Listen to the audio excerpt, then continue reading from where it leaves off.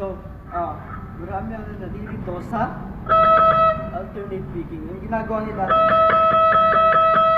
pag-aralan nito.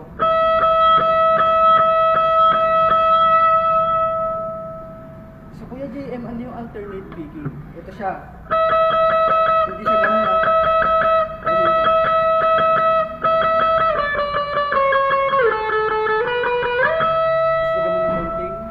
Bend. Hindi siya ganun.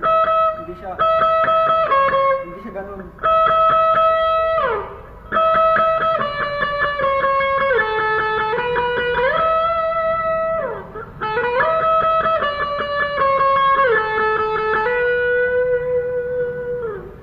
JM, paano mo hahanapin to? Dito sa 2 string. Ito siya. Hanapin natin to. Dito siya.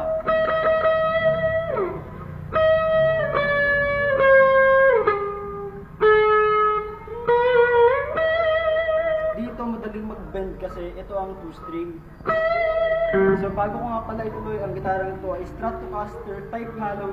Hindi pala type hollow to. Full pickups in yellow guitar. Ito ay nabibili sa store ng Gibson. Dahil ang gitarang to wala sa isang store. So, balik tayo sa alternate. Ito siya. Dito mahirap. Imposible na pag nag-bend ako dito, pwede nang maputol yung 1 string mo. So, hanapin mo itong tunog na to sa 2 string. Ito siya. So, kung gagawin mo to,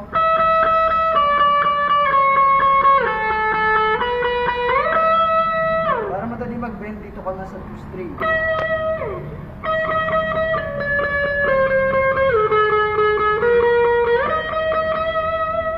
Dito kasi pwede ka mag-angat na kahit lagpas kalahati ng fretboard. Ito hindi na pwede kasi pwede na itong maputol. Itong 1, ito ang 6. So kung bibilangin mo siya, 1, 2, 3, 4, 5, 6. Hindi siya yung pababa na bilang. So,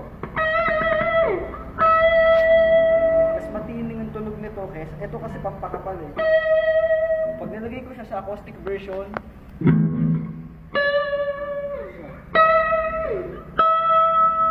diba? Malakas siya kasi nga naka-clean tone. Pero pag nilagay mo distortion, pag mag-lead ka ng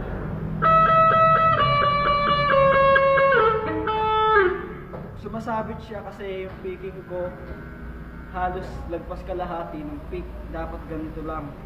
At least kung mag-stretch ka,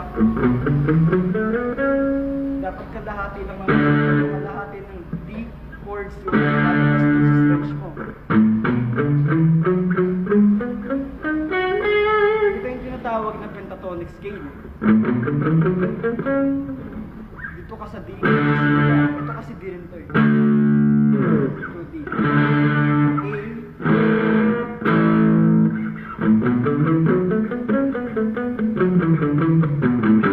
Pwede kang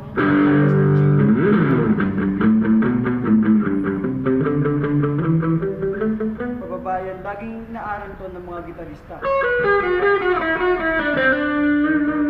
Pamilyar nga sa inyo to eh.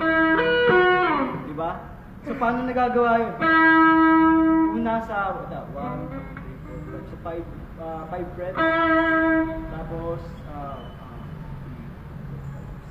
7. Tsaka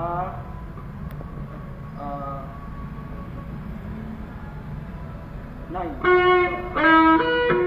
So, pwede mo siyang gawin dito.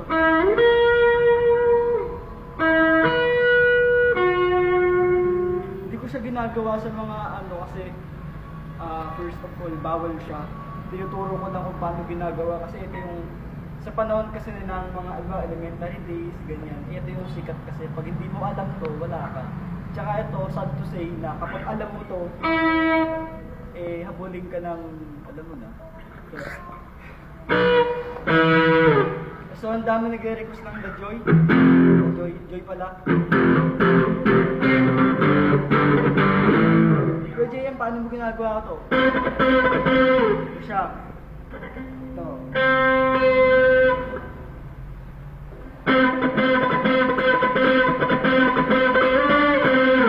Siya. Dapat marunong ka magganto. Kasi ayan yung tinatawag na rin na pentatonic chord scale. Pag hindi ka kasi marunong mag-gitara, hindi ka rin matututo mag-bass kasi isa lang yun. Itong 4 na string na to, bass yan. Itong dalawa, wala na yan. Kaya kapag nag-bass, di ba, abot na abot. Ito. Kasi nga, sakop to ng bass.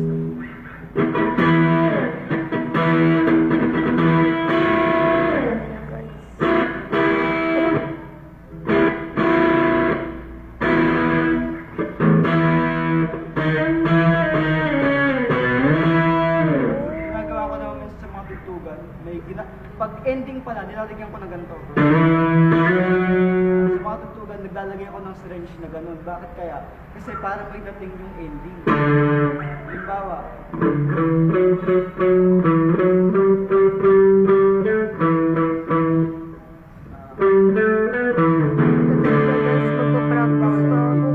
naging videographer ako guys kanina po. Support nyo na to.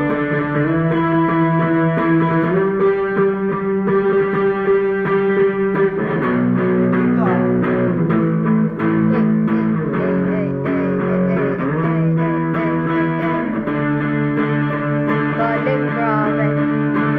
Oh my gosh. Ay, bawal pa na yun. Sorry po.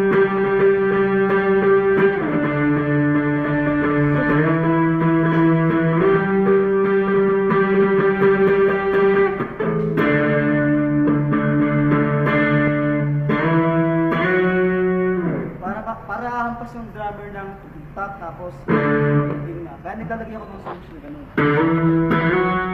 Tawag dito, broken chords. Okay na? So yun lang, bago ako magtapos, hinihiling ko na subscribe yung channel na to sa baba, JM Natics TV, and paklik yung notification bell para laging kayo updated sa mga bago kong release. Kaya naman, Gay! Follow nyo ah. Hindi nyo po pinalo. Okay na.